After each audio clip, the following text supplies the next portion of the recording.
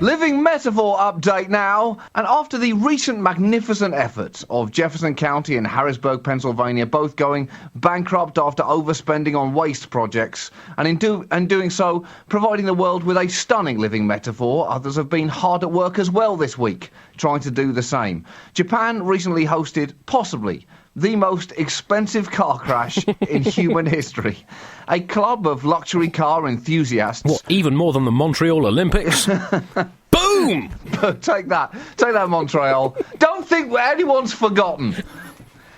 A club of luxury car enthusiasts, which seems like a way to make luxury car owners seem less loathsome, were on an outing together, presumably driving to go swim in a champagne waterfall while sunbathing on solid gold rocks, when there was a multi-car pile-up. 8 Ferraris, a Lamborghini and 2 Mercedes were smashed up, most of which are now beyond repair. Japanese news reported that the cars were worth at least 300 million yen, which is just under $4 million.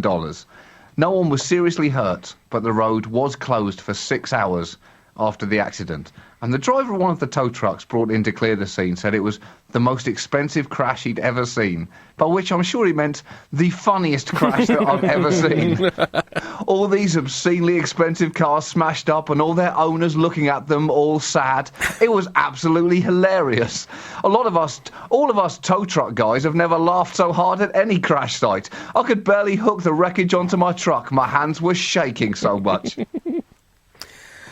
I think, how did this happen, John? Well, I assume that the drivers were just tootling along merrily before suddenly thinking, hang on, we in our massive luxury cars costing $500,000 each have a once-in-a-lifetime opportunity to perform a live physical satire on the story of the 21st century global financial crisis. A violent ballet. We cannot look this gift horse in the mouth. Meow, crunch, splasm, clang, tinkle, tinkle, boom, blink, clatter, crung, fizz, pop. I imagine that's what it sounded like. That's what expensive cars. But it was one of the great living metaphors, John, because what this was unnecessarily rich people causing a massive smash. And the people most affected by it were not them, because presumably they'd have all been insured and they'll just get more expensive cars, but the people who had to wait for 6 hours for the road to work again. It was perfect, John. It was like they inconvenienced ordinary people, and all they had was an entertaining story to regale their dinner guests with. It's true. It is the perfect metaphor. A highway patrol lieutenant in Japan said, "I've never seen such a thing. Ferraris rarely travel in such large numbers." He sounds like he's describing a flock of birds, Andy. It's not like Ferraris travelling are a natural phenomenon in any number. I don't think I've ever seen a nature documentary on the great migration of the Ferraris, as David Attenborough lies motionless in the middle of a road, mesmerised as the Ferraris whiz past him at 120 miles an hour.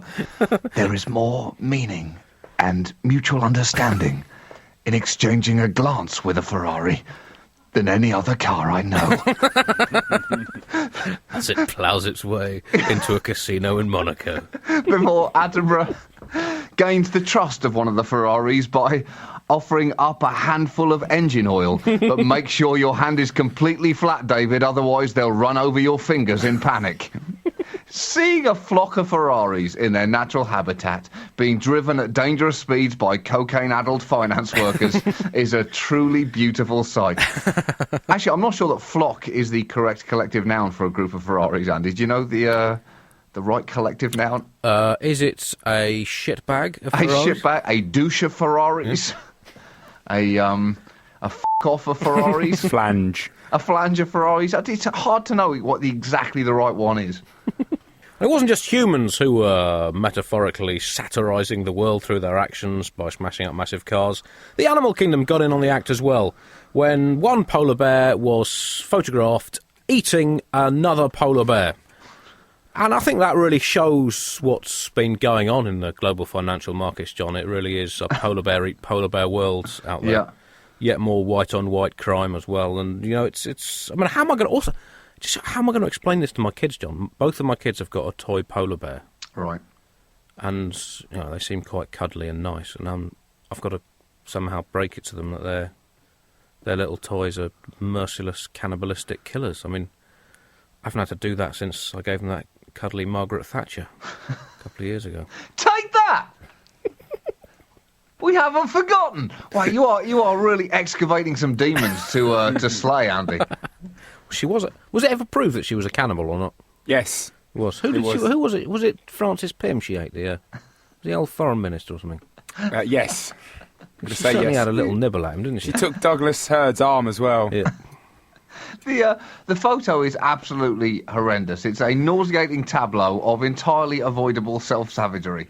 An adult polar bear is seen dragging the body of a cub that it's just killed across the Arctic sea ice.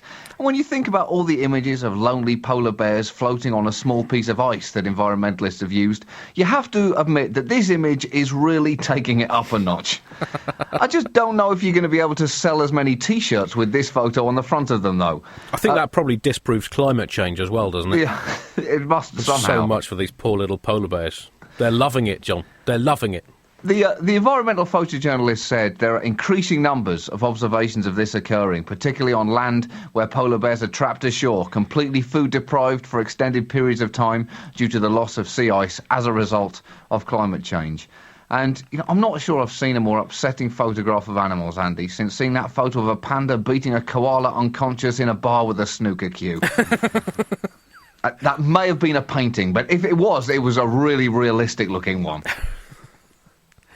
I think you're slightly misinterpreting a Picasso picture. Oh. Well, there's no wrong answer in art, Andy. I think that was just supposed to be three women dancing. Are you sure? It didn't look like it. Well, that's the thing with art, John. If you think it looked like a panda beating a koala with a snooker cue, then I'm right. That is your right to interpret it as such. That is the nature of art. That's what I saw. Yeah, it did. Yeah, most people think it is three women dancing. Mm-hmm. But each to their own, John. Mm. I mean, he probably thinks that the Smurfs movie is a savage allegory on 1930s China. Well, no one's wrong.